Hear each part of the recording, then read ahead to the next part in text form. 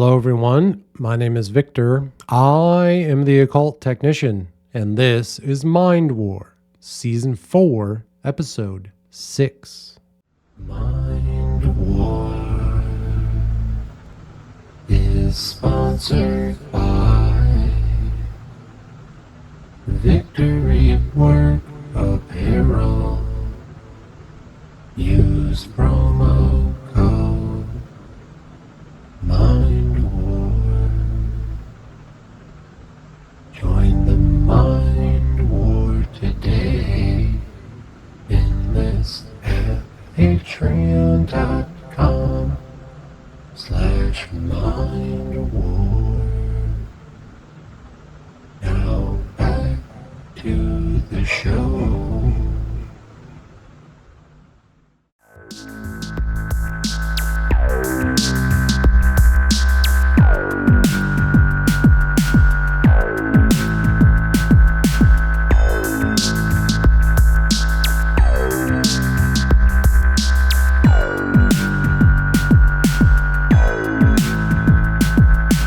Welcome back to Mind War, folks. I appreciate you being here. We have a lot to cover today, so let's get started. Folks, we're going to jump back into the book Far Journeys by Dr. Robert Monroe. I'm going to try not to get too caught up in today's readings because the tape we listened to and that we talk about in the second half of this video was extremely intense. We've moved into a very different territory with these tapes, and I'm excited to talk about that.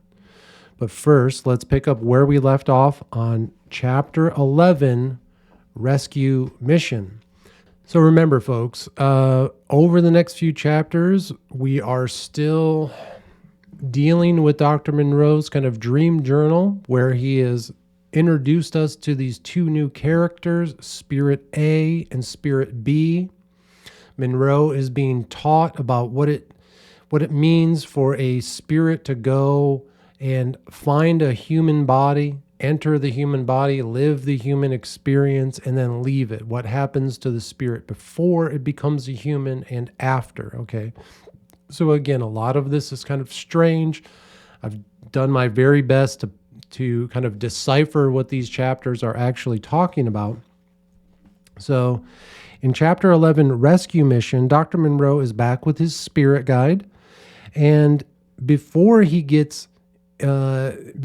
goes back and contacts Spirit A and Spirit B, his spirit guide has to get his mind, he has to get him ready and in the correct mindset.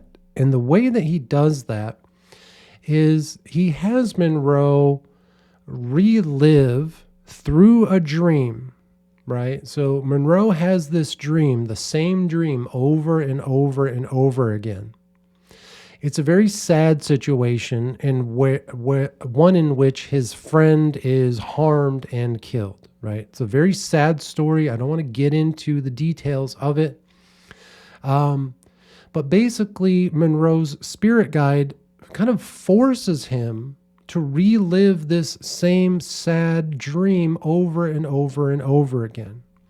And the first time he has this experience, this dream, he realizes what's happening and that his friend is being harmed and ultimately being killed. And he just fights back. He's upset and he's angry and he does everything he can to stop it. He tries to stop the person who is harming his friend, everything. He tries to correct the situation. And the spirit guide pulls him out and says, no, that's not the mindset that you have to be in. We can't move forward if this is how you're going to react to this situation. He says, let's try again. So now the dream starts over and starts from the beginning. Again, this sad situation. Dr. Monroe's watching it play out. And this time, instead of springing into action, he's more frustrated. He's angry.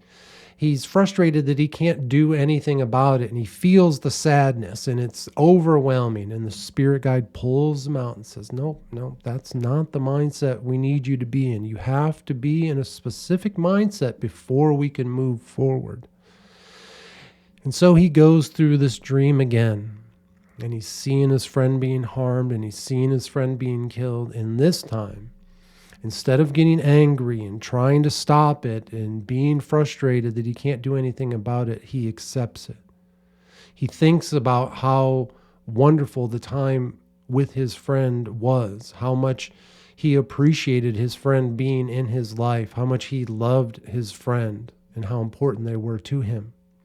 And the spirit guide says, now we're talking. That's the mindset we need you to be in to move into the next phase of learning. And so that's where we pick up. Now, Dr. Monroe is back with his spirit friends, Spirit A and Spirit B. Again, kind of watching them almost as a third party as they go through this process, Spirit A becoming a human and returning and basically telling Spirit B what it was like. So in my notes here, it says, Spirit A lived the life of a peasant woman who toiled day and night, had multiple children who died, and she ended up dying of the plague, right? And so Spirit A comes back from that very upset and is telling Spirit B, that sucked. That life was terrible. I don't want to live that life. I don't, that wasn't the experience that I was hoping for. That's not acceptable. He says, I'm going back. I'm going to be born into another person. And this time, he says, I'm going to return, and he is going to be a great warrior. Someone who can battle, right? He goes into battle and kills and defeats his enemies. And at the end of the battle, he returns home to the kingdom where he is praised, right? And he is welcomed and celebrated, and everyone takes care of him and brings him food and all the best things of the kingdom, right? That's what Spirit A says. He says, I'm going back to do that. And so now we'll read through a few parts of chapter 11 here, Rescue Mission, to kind of get a better understanding of what Spirit A was going through. Let's see, it says, in a few stopovers in the outer ring, it had always been utterly fascinating, the mix, particularly the last-timers, those who knowingly were able to make the final recycle. They gave off a radiation that was unforgettable. Tremendous vital power that seemed totally under control. Within the strength, there were all of the values and ideals that humans hold important, not in time-space context, not in external control systems that demanded performance in a specific manner, but something entirely apart, something learned from being human. So again, he's talking about those spirits that have been reincarnated multiple times, and they're on their final trip. They've learned everything that they need to learn to be human, and they're holding all of this valuable information.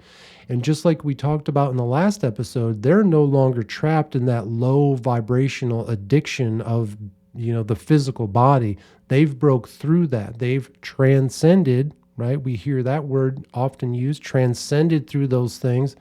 They've learned the importance of what it really means to be human, and they don't have to return. So they go on somewhere else, right? So most important, all under control, all of it cooperating, melding, part of the whole. They were completely open.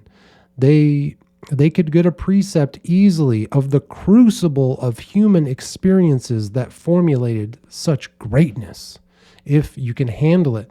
So I love that phrase there, the crucible of human experience. Okay, so part of Marine Corps boot camp, the final 3 days of your training is called the crucible. You basically stay awake for 3 days straight.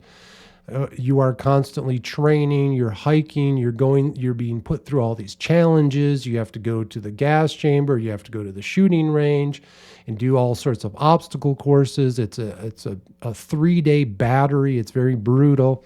And at the end of it, it's this beautiful acceptance, this understanding that you are now a Marine, and that is called the crucible. So I thought that was beautiful. The crucible of human experience, right? I tried once and it was too much. I returned to the physical and was wistful for days thereafter. The key was that they got that way from being human. They were not that way at first entry. So basically, Monroe is saying that he tried to, feel some of the energy of these last timers, right? And understand what it meant. He said is even too intense. It's something that you have to learn. You can't just, pick up a book and learn it and understand it. It's something that you have to do. It's like we talked about from the last episode. We're not info warriors, right? It's important to gather information and gather knowledge, but you have to then move into the mind war. You have to take the knowledge that you've learned in the info war and apply it to real life and take action on it. And that's how you fight the mind war. That's what we're doing here. But now it was different. Their radiation had a familiar resonance, and I wondered why this was so. In the last time around, they evidently closed it all down. Part of the vitality seeps through. It really all can't be closed off. Yet they don't select history-making roles in the final run. They probably performed such previously. They are inconspicuous. The mail clerk, the plain dirt farmer, the sailor, the bookkeeper, not gathered as a group, but quietly spotted here and there in both time and place. And so he's saying that, again, these last timers, these spirits that have been reincarnated enough to know, I've learned it all. They've transcended again to that higher vibrational energy, that higher plane of being, of human existence. And they often are some of the just more basic people in our lives. They know that they don't have to be these great people. Like I talked about in the last episode, we always hear about these reincarnation stories where people are these grand, characters in history and all that. It's like, okay, sure you were, right? It's really those people who are at peace. You've known them, you've come across them in your life, you've probably felt that aura when you're around them, and you just say, man, these people, there's just something about them that is peaceful and centered, right?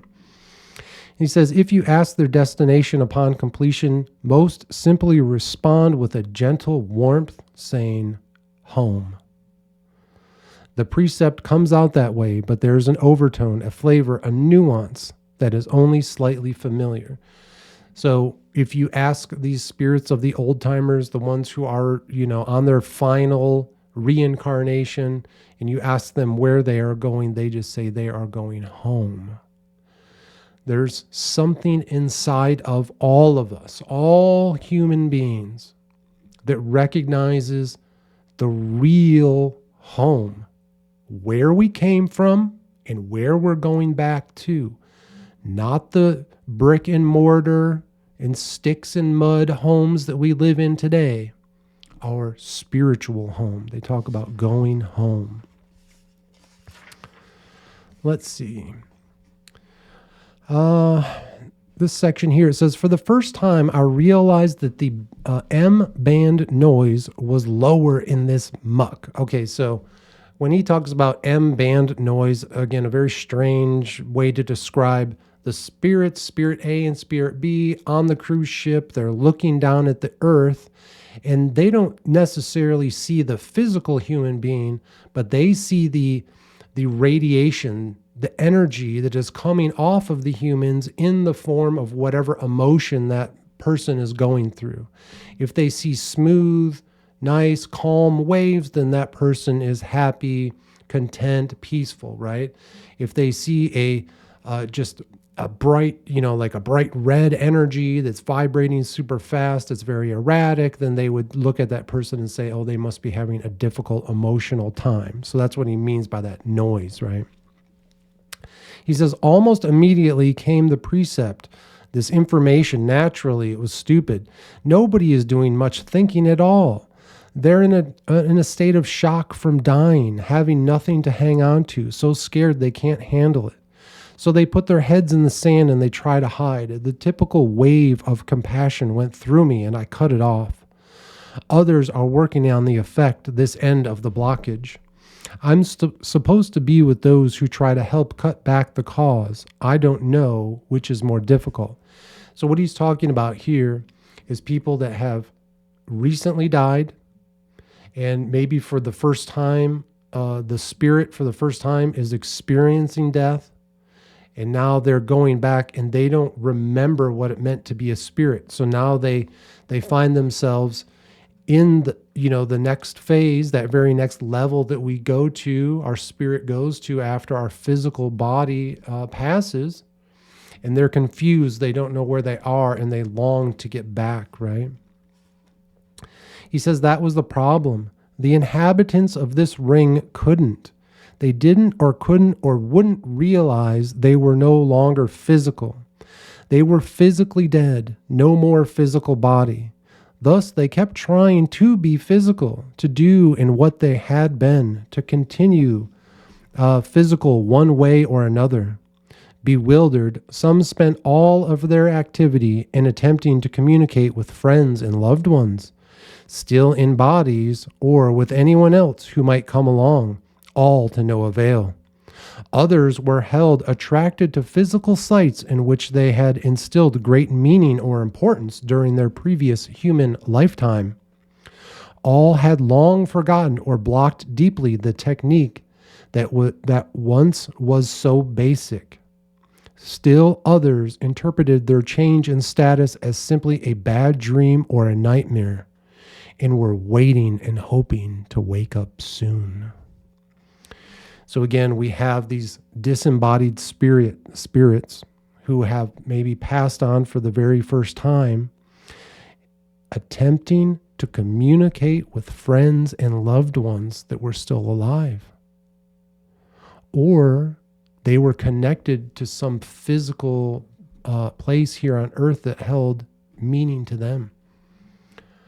That's a freaking ghost. I mean, I don't know what else to describe it. Is that not the exact kind of example of what we're told of as ghosts? Ghosts going back and communicating with their loved ones.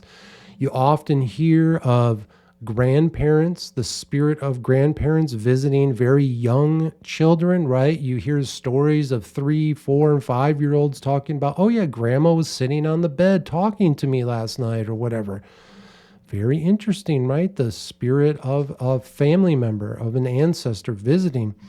Or we hear, oh, this place is haunted or that place is haunted. And we hear about these spirits being connected to a physical location that is important to them, right? So very interesting kind of explanation of what ghosts might be. We go on here to say the noise was thunderous. So again, now this is, I believe, Spirit A and Spirit B, they're kind of going through the different layers as they get closer to the earth and closer to actual physical living beings, and they're trying to decipher and discern the different emotions that all the people on earth are having. They call it this noise, and they say the noise was thunderous, a cacophony of fear, anger, and about every other human emotion, every desire, every need connected with human physical existence, all open, naked, uncovered, and up front. So these spirits are talking about as they got closer to the earth and they're kind of, again, near the physical human beings, and they are seeing only the emotions that are coming off them. They said it was very intense because of all the emotions that humans have. Now, this is interesting. Again, we talked about in the last episode that Spirit A was upset. We talked about it in this episode too, that he was upset about being this peasant woman, right? He didn't accept that life. He said, this isn't what I wanted to live. I want to go back and be a great warrior, okay? And so now this is the experience that Spirit A had as a warrior. This is just a section of it, and it says here, when Spirit A's column was deep in the ravine. Okay, so him and his soldiers, because again, he's this great warrior. They were marching through a ravine, and the hidden soldier stood and unfolded the ambush.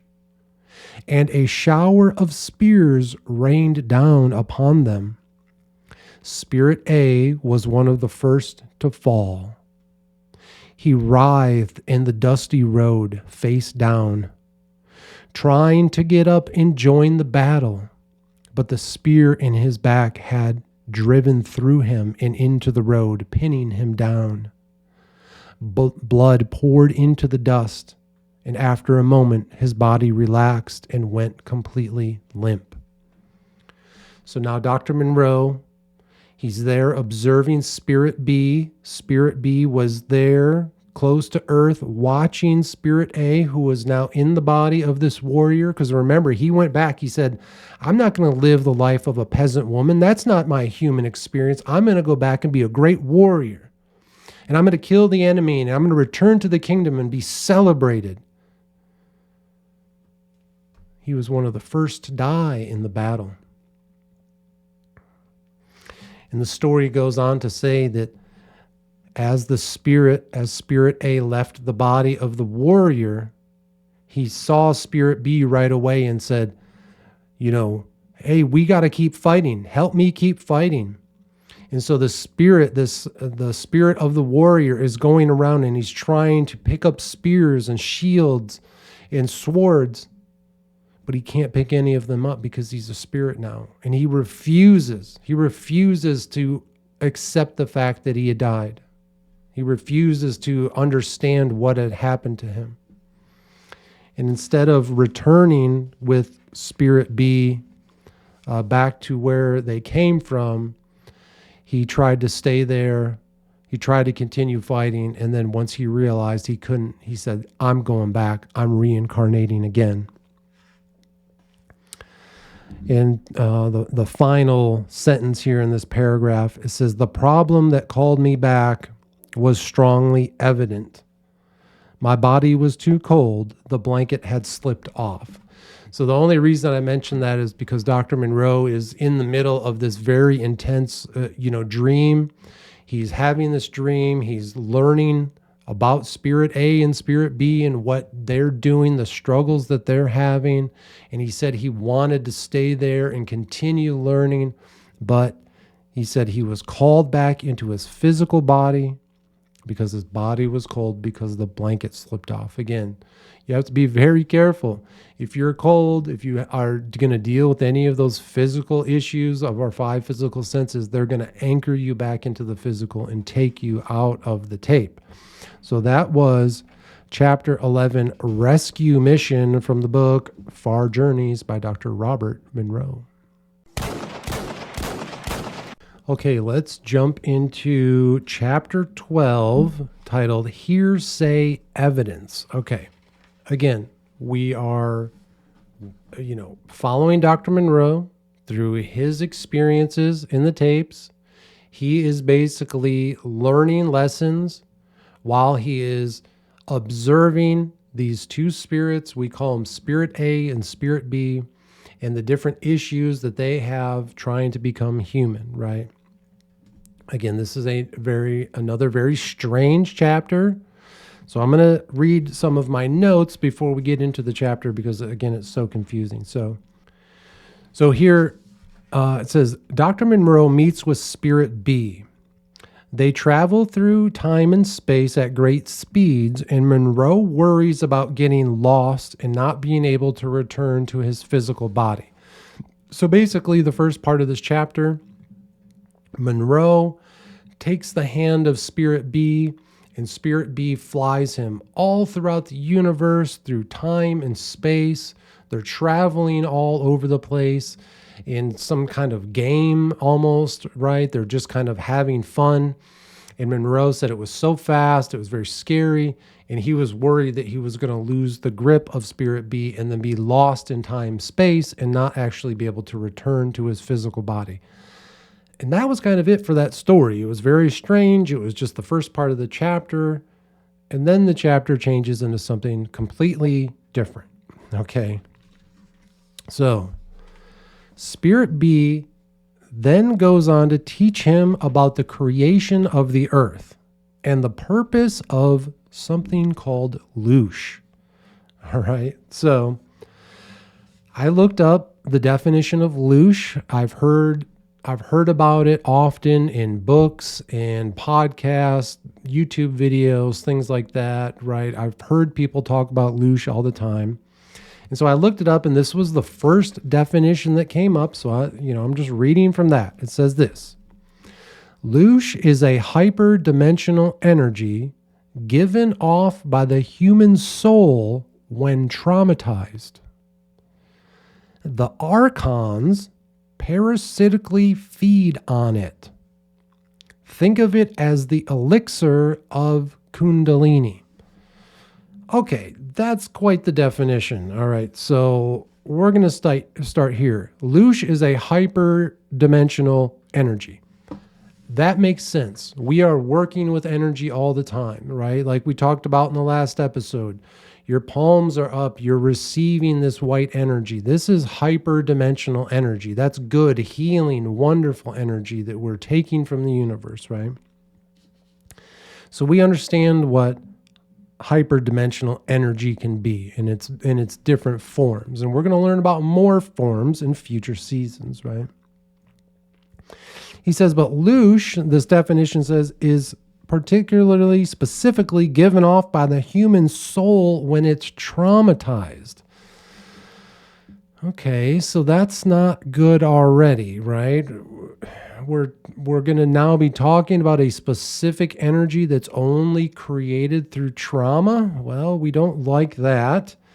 And now something called an archon, again, some type of spirit from some theory or religion, right? These archons, I don't know if they are specifically related to theosophy and the things that we talked about in the last episode, but it says these spirits parasitically feed off of this loosh, right?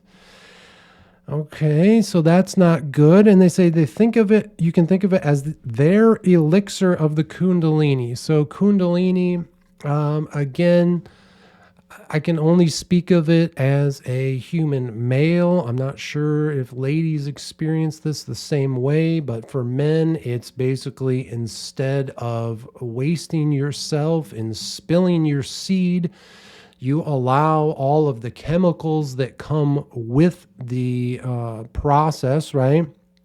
The process of being excited for mating. A lot of chemicals drive the male mind, okay?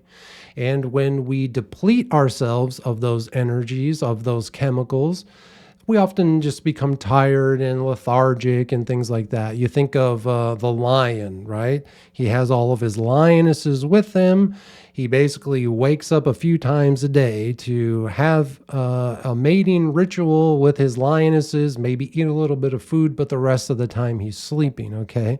So we're talking about the opposite. Instead of spilling the seed, you hold it and you allow those excited chemicals to continue to flow. And part of it, a lot of like when we talk about creating our resonant energy balloon, we allow it to flow from the bottom upwards, refilling our chakras as it moves into the mind, right? There are countless stories. There are all kinds of videos you can find out there on YouTube and TikTok that really talk about so many of today's religions are literally just telling the story of Kundalini, of this process of the male human species holding on to these chemicals and allowing them to excite themselves and reinvigorate themselves and grow, right? Growing muscles, growing stronger, having the energy to be more, focused, energized, excited, and moving forward, right? So, again, loosh is a very strange thing because, again, it's based on trauma. Okay, so here's kind of a description of Spirit B telling Dr. Monroe how God created the planet. All right, so Monroe doesn't say the word God in this chapter 12 hearsay evidence, okay? He tries to use more scientific terms. He doesn't want to say God and heaven and all that stuff, but I think that's basically what he's getting at, right? And so he says this: God created the planet, and then he created plants. plants which produce small amounts of loosh, but only at death, right? Plants, normally they just kind of grow, and the trauma that they experience is at the point of death, when they are maybe being eaten by another plant or eaten by an animal, or they just run out of resources and die. And then they release their loosh. That's their trauma energy from the plant, but it's very dim. There wasn't much to it. And then he said, God then created the dinosaurs, right? He doesn't say dinosaur. He basically says, level 1 immobile, living units, which are plants. And then he says level 2 mobile entities that are massive, these large, massive entities, right? And I'm like, okay, I think he's talking about dinosaurs. And he talks about how the dinosaurs would eat the plants, creating a little bit of loosh there. And then for the longest time, dinosaurs would just end up dying, right, of old age or whatever. And then God created the predator dinosaur. And so now you have the T-Rex. He's eating the other dinosaurs that only eat plants, right? And when those animals are being eaten, now they produce more loosh because they're being traumatized, right? And then he goes on to say, and again, this is what Spirit B is teaching Monroe and saying, this is why our planet was created. Again, to harvest this loosh that is based on the trauma of living beings. I don't know if that's true. That's scary. I've heard about it, talked about countless times, right?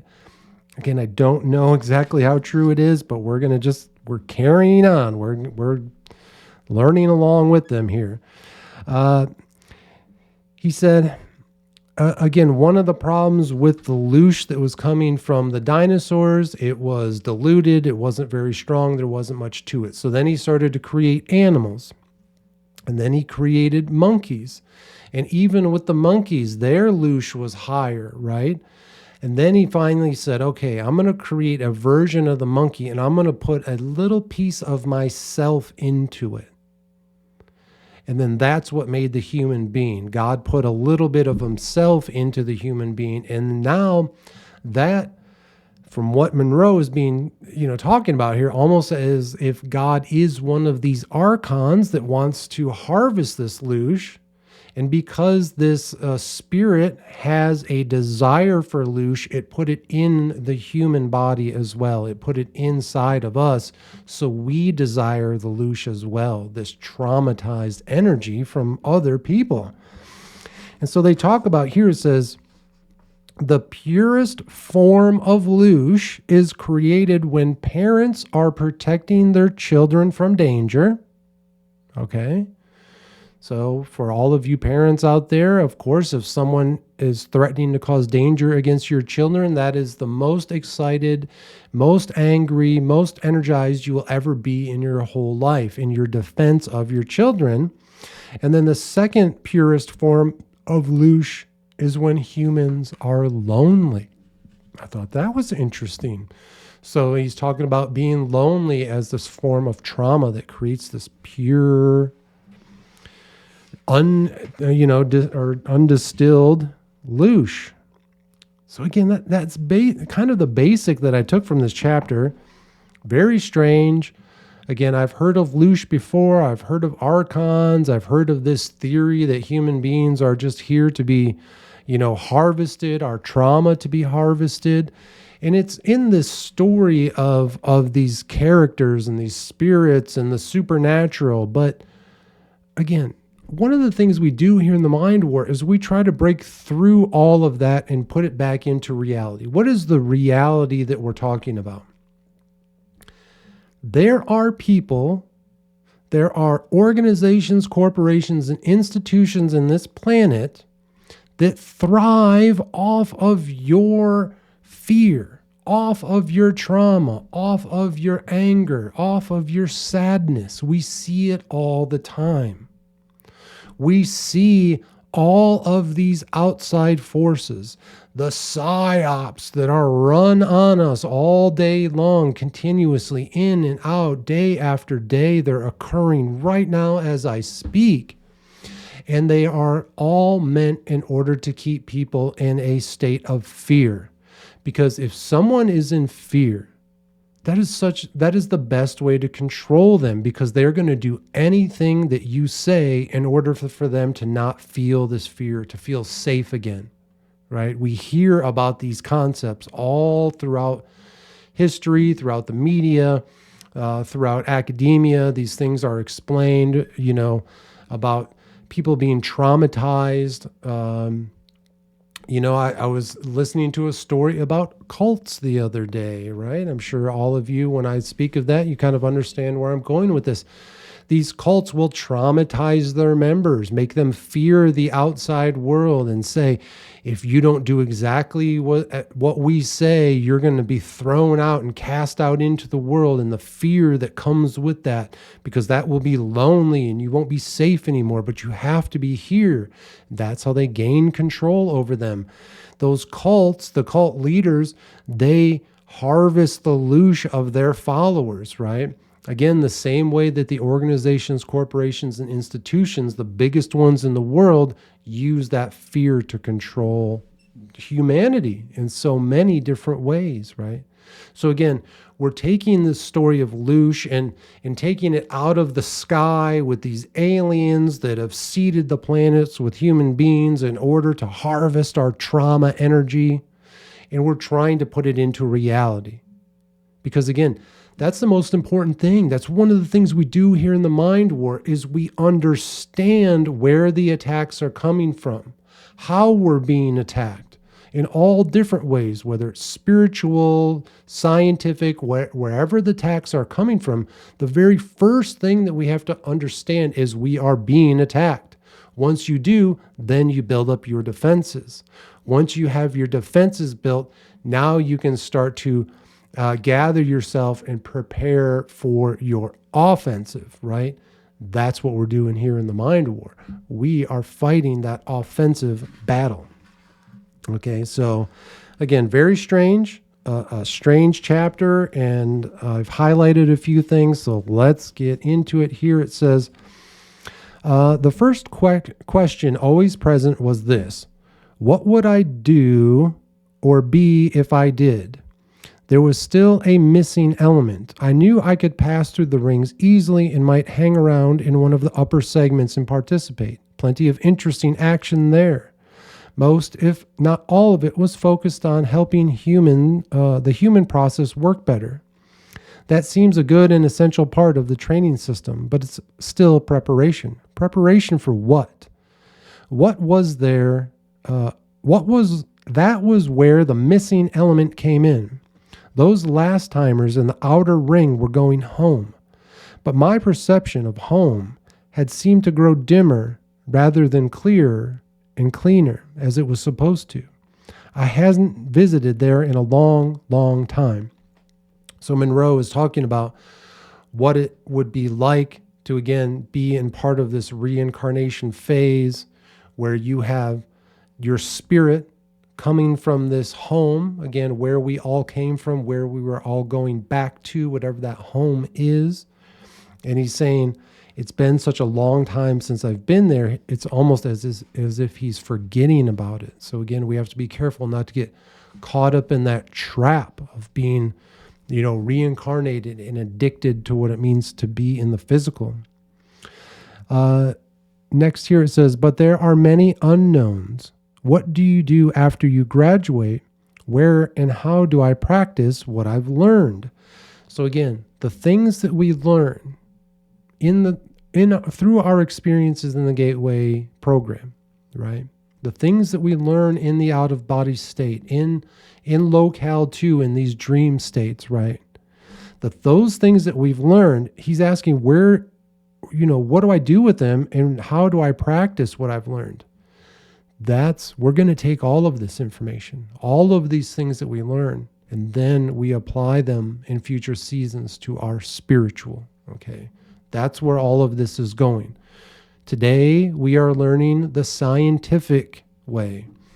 This, the Gateway Experience program, I've already told you, in my opinion, this is a scientific way to learn magic, in particular, white magic. Dr. Monroe constantly is talking about white healing energy. And in future seasons, we will then take what we've learned here scientifically, and we will apply that to the spiritual.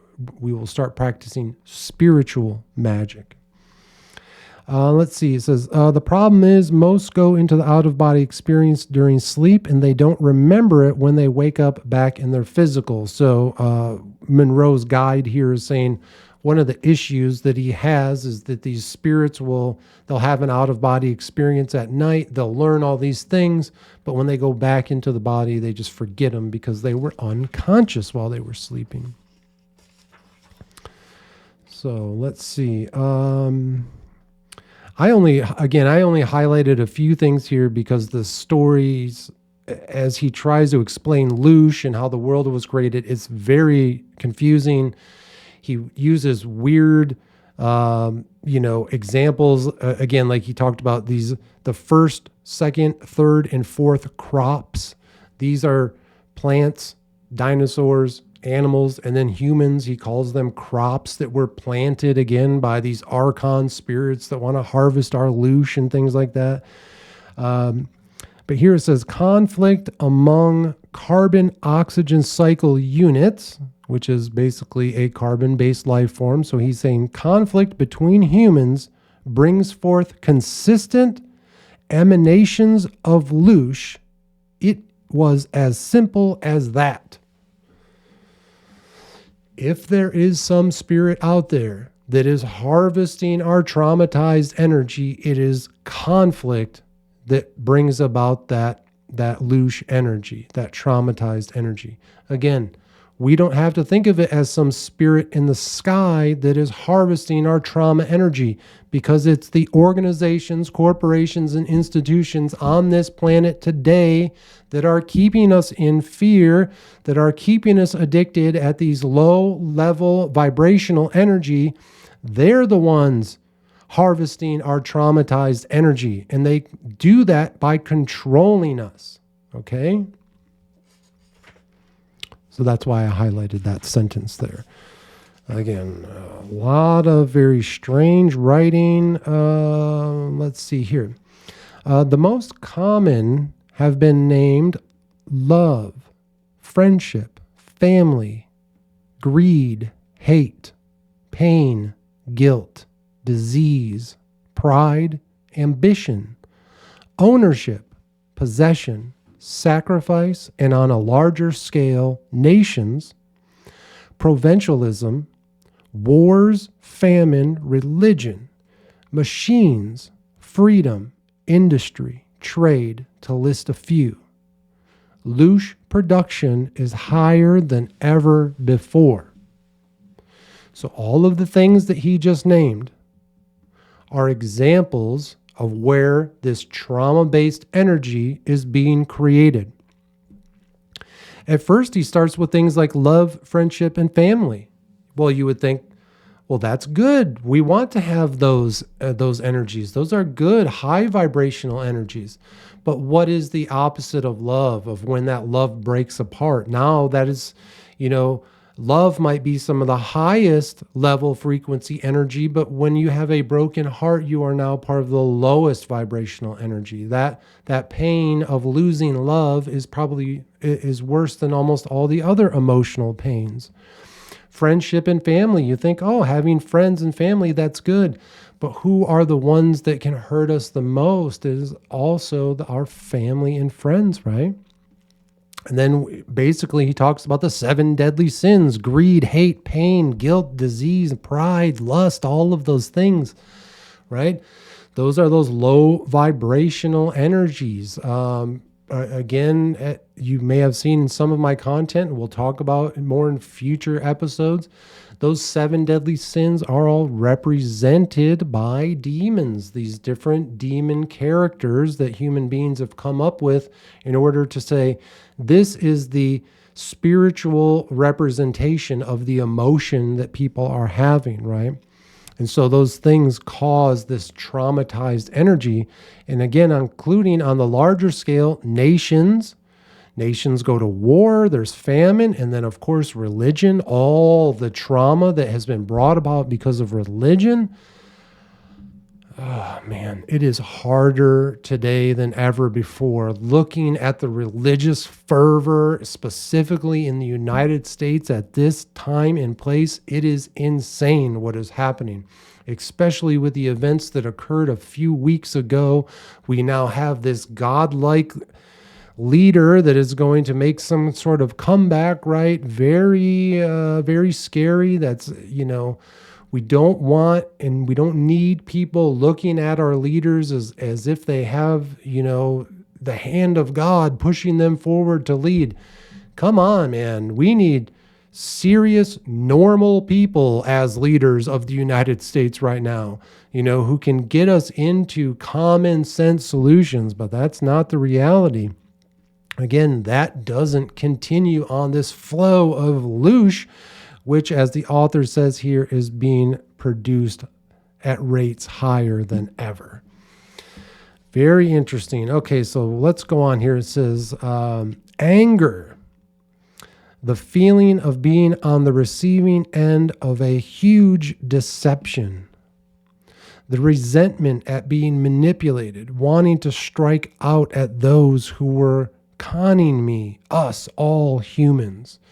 So Dr. Monroe is talking about now, he's been taught by Spirit B about loosh and the creation of the planet and the idea that there's these spirits that are harvesting our traumatized energy, or like I've said, the organizations, corporations, and institutions, the real human beings on this world today who harvest our traumatized energy through all of the things, the fear and all of those things that they bring upon us in order to control us, right? And he's talking about how angry he is, how much he resents the manipulation. He says, those who were taking something from us without our consent or permission. What happened to the freedom idea? Was every thought and action we took guided? No. Directed and controlled just to produce more loosh, whatever that was, for a breakfast table or a fuel tank in a far off distant galaxy. And what could I do about it, even knowing? I dulled deeply and dropped off more and more. So Monroe again talks about the anger. He says, now that I know about this idea, what do I even do about it? He feels very conflicted. He feels like he's put in the corner, like there's nothing that he can do. But again, we are taking these stories out of the heavens and we are applying them to reality. That's where the info war, the religious war, all of those stories from the past, once we start to understand these are just allegories in order to teach us about how humans actually work and live and control each other in current time and space. Once we understand that, then we can begin to start the mind war, right? Okay. So really, that was it for the rest of this chapter. Again, a very strange chapter. It took almost a couple of read-throughs. There were certain parts I had to read a couple of times. He uses a lot of weird language. Again, we're basically listening to Monroe talk about his interactions with these two spirits, Spirit A and Spirit B, and how they're trying to teach him these things. And in this chapter 12, hearsay evidence, they are teaching Monroe about the creation of the earth and this idea of loosh or traumatized human energy being harvested by spirit beings. But again, we know we bring that down to reality. into our real life when we say that the organizations, corporations, and institutions that create fear and panic and loneliness and hatred, we see it happening today more than ever. They are the ones harvesting your traumatized energy. They are the ones controlling you through fear. It's not some spirit in the sky. You cannot just throw all of your energy towards that and say, well, there's nothing that I can do because it's these archons, these spirits out there, these alien beings or whatever it is. They tell you those stories, number one, to try to teach you about it. Again, these are stories from ancient times. This is how they disseminated information, is through these wild stories, right? But today we don't live in that reality anymore. We break apart those old stories, whether it's religions or fairy tales or whatever, to get the understanding of what is really being taught to us. And then we break the cycle. We break the cycle of that trauma and fear-based control. We don't need it anymore because now we see clearly. We see the weapons that are being used against us, and we fight back in the mind war. And folks, we are going to do a deep dive into probably the most exciting tape that we've listened to yet. This is Wave 3, Tape 6, First Stage Separation, and we will talk about that after a word from our sponsor. Mind War is sponsored by Victory Work Apparel. Use promo code Mind War. Welcome back, folks. We have a special guest here. Leo dropped by the Mind War Studios. He wanted to come in and say hi and maybe sit in on this section of today's video. If I have to pause it and take him out, I'll let you know. But we're going to do a deep dive today into Wave 3 Freedom, Tape 6, First Stage Separation from Focus 12. This is one of the most intense tapes that we've listened to thus far. This is the tape that you've been waiting for. This is the first time we have an out-of-body experience, okay? So I have a lot of notes here. Last night is when I listened to this tape. It was extremely intense. The psilocybin strain I was using, again, was Malabar. Very intense feelings. It was beautiful. So Dr. Monroe starts here. He says, now you are going to practice and learn freedom of movement, so that you can move freely and fully whenever and wherever you so desire. Okay. So now we're going to be talking about movement. We're going to actually begin moving around. But first we have to create our spirit body, and this was very intense. With the last tape, 3-5, it was very dark. It was a very quiet tape. This one was very intense, very loud. There was a lot going on. The tape was so intense, I almost don't even remember how to describe what the sounds were, right? But for me, the first thing that I noticed is that almost in the base of my skull, white light was emanating. It started there. So in the beginning of the journey, the light was just kind of here. I could see it starting to emanate out of me. And it wasn't just white light, but there was kind of multicolored fractal shapes in it.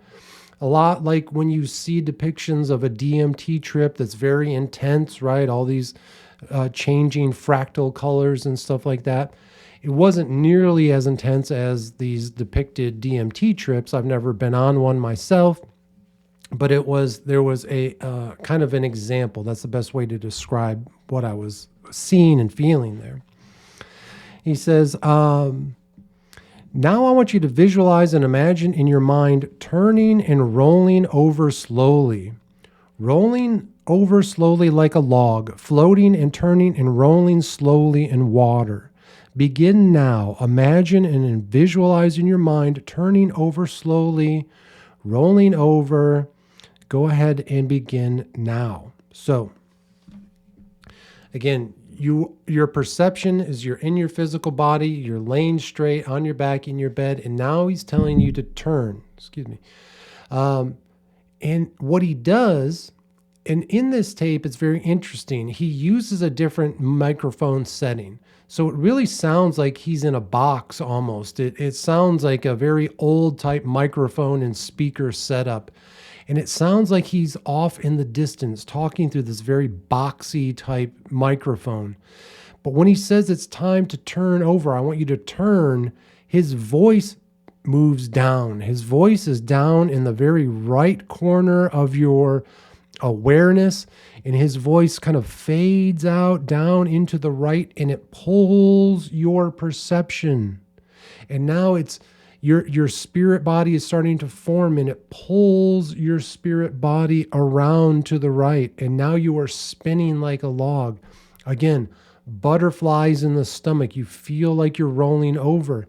And his voice moves not only down to the right, but then it comes back up from the left. And you feel your spirit spinning around with him, looking behind you, and then back up as his voice starts to reappear in your left ear, and he moves you back right to where you started, right to where you started in your perception, where you're seeing out your eyes again. Very interesting feeling, right?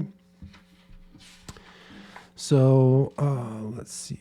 Yeah, it was like he was talking from an old speaker. So let's see. It says, now visualize and imagine in your mind as if you are a long, stiff, and straight pole, and that you are lifted on one end, the end that is the back of your head.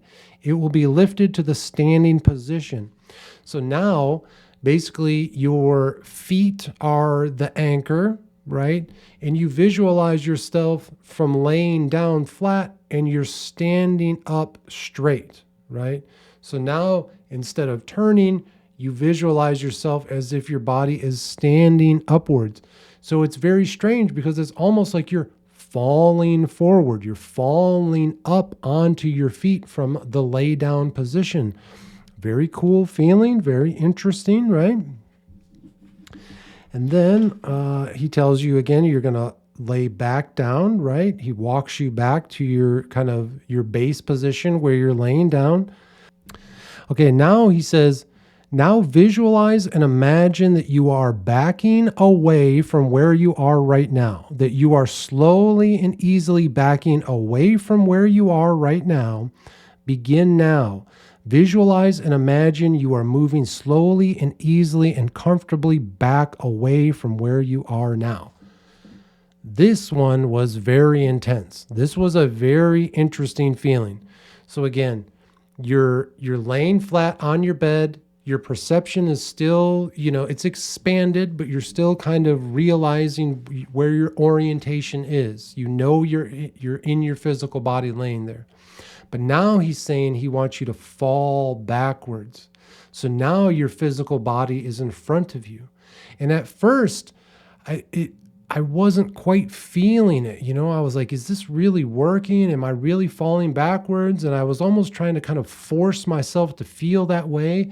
But again, he gives you a few minutes to go through and feel this as you fall deeper and deeper and deeper backwards. It wasn't until he called me to return back to my body did I realize how deep I was behind myself. Once he started to call me back, now at this point, I'm deep beneath my actual physical body, floating in darkness, white radiant energy, just a ball of white radiant energy that's still kind of in the form of my physical, almost curled up in the fetal position, but just bright white radiant energy floating in the darkness, deep, deep below my physical body. And I look up and I see the back of my body. And I see how far away I am from myself.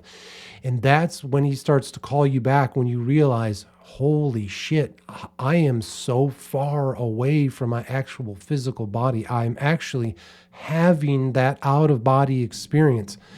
And here's the interesting part. I wrote here, I did not want to return. Okay. That darkness, when you're floating there in the energy, it is so warm. It is so calming. It is so peaceful. The GABA glycine, those temporary paralysis chemicals that naturally flow through our body as we're sleeping, those are taking deep effect. Your body is in deep sleep. The psilocybin at this point was surging through my veins, and it felt so amazing. I didn't want to return. And one of the reasons that I wrote here is because as soon as I was getting back, because again, he's calling us back upwards to the physical body. And as I got closer, I started to remember the struggles of the physical body. For me personally, it's the chronic illness that I deal with. Things like joint pain and muscle pain from, being an old guy now and having lived a somewhat rough life on my physical body, being a Marine, and just all the horseplay that I did as a younger man. It really beats you up. So again, if you're a younger person out there, don't beat yourself up. Exercise, do yoga, treat yourself right, be healthy, okay? Be gentle on your physical body. But as I was returning, there was a sense of like, I don't want to go back in here. I remember how much pain that I can be in. I just don't even want to do this. I want to stay back there. It felt amazing. I didn't want to return. Okay, so the next phase, he says this. Now visualize and imagine in your mind, imagine flowing as if there were a large opening in the top of your head and you can flow outward. Flow easily as if you were a cloud floating outward easily and smoothly from the top of your head. Begin now. This was another amazing feeling. You visualize basically an opening at the top of your head, and you are allowing your spirit body to flow out of it. Now, the best way that I could describe it here, as I said, it felt like gel that was being held together almost solid, okay? There was a massive white light energy moving out from the crown of my head like an octopus or a jellyfish, okay? That's what I mean by a gel that is solid. If you think of a jellyfish, you can pick it up and it's solid. It's not... There isn't an outer shell to it, or if you pick it up, it doesn't just disintegrate through your hands. It's a solid gel, and that's what it felt like. It felt like I was an octopus or a jellyfish, my spirit body, as it was kind of leaking or flowing out of the top of my head. It literally felt like the idea of kind of a crustacean losing its shell. I could see my physical body below me as my spirit body was, being emptied from it. An amazing feeling. And once you get out, you get to just kind of float there, right? So next he says, and then again, he calls us back. So now after a few moments, he gives you a few minutes to experience that feeling. Very intense. Again, this was such an intense feeling. I can't even describe what the sounds were. I don't even remember, because the feeling was so intense of being fully out of the body like that, and just having the spirit body be so materialized and so intense and bright and vibrant. Okay, so the final step in this tape, Dr. Monroe says, now you will visualize and imagine in your mind the feeling of floating upwards. Okay.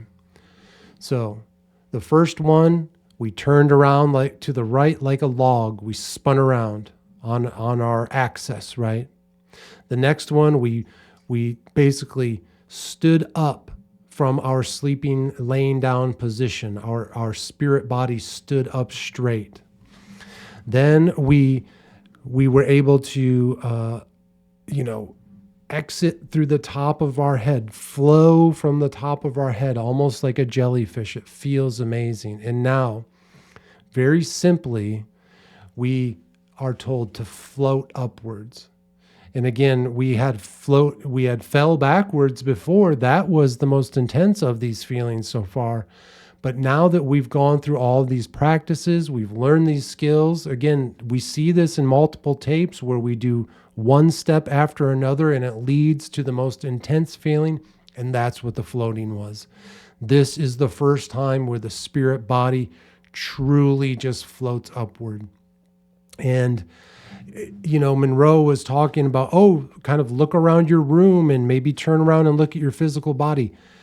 The bright white light that was radiating from my spirit body and the fractal colored lights that were kind of swirling in and out of it, I describe it almost kind of in a triangular or pyramid form around me, was so intense I couldn't look at anything. I wasn't even attempting to turn around and look at my physical body or look at my room or anything like that.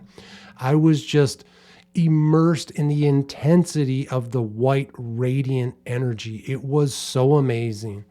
It was brilliant. It's so hard to describe in just normal terms of what we experience with our 5 physical senses. It was extremely intense. And then he tells us that it's time to return. We're going to float downward, okay? Now, upon final return, I wrote this. It was as if I had forgotten what the physical body was and was being introduced for the first time. Okay, in the last few chapters that we've been talking about, we talk about spirits for the first time entering a human body. We talk about reincarnation. We've talked about possession in other episodes of Mind War, okay? It wasn't necessarily like that. I still absolutely know who I am. My name is Victor. I am the occult technician. I have the same spirit. My spirit wasn't replaced, anything like that. But there was a moment of forgetfulness. Having the spirit body outside of the physical body, I almost forgot what the physical even was. And there was honestly a small sense of disappointment when I had to return. Just like when I was returning from being behind myself, I knew the physical body and I knew the struggles that entail the physical world, and I didn't want to come back. This time it was more of like a realization of, I have to go back into a physical body. What is this? Oh boy, this is what being physical is. Right? Almost like we talked about in the last episode of the spirit being born into a baby and starting to really understand what the 5 senses are for the very first time, right? So it's very strange. The disappointment faded away very quickly because I was waking up, I wrote here, anew and refreshed, so reinvigorated. Once Monroe had us float back down, the spirit is right back and it's realigned with our proper perception. We're back into the physical body. There was a sense of renewal and revitalization and reinvigoration. My head felt clear. It just felt amazing. The rest of the evening last night when I went on to do my spiritual work, it was just a whole different mindset. Excited, happy, awake, alive. I felt alive again for the first time. The last few weeks, again, with all the events that occurred that kept us focused on our phones. It's been very hot here at the Mind War Estates. So it's just kind of been lethargic living. Everything's kind of in slow motion. But last night, again, I felt awake and revitalized for the first time in quite a while. It was a very amazing feeling. And folks, that is, in my opinion, the first time that we have a true out-of-body experience. And that is in Wave 3 Freedom, Tape 6, First Stage Separation in Focus 12. I am so excited to see what comes in Wave 4, and we will learn about those in future episodes. I appreciate you being here. And as always, remember, folks, harden your hearts and open your minds, because this is Mind War. Thanks, bud. I love you. Thanks for coming and saying hi to everybody. I'm sure they appreciate it too. All right.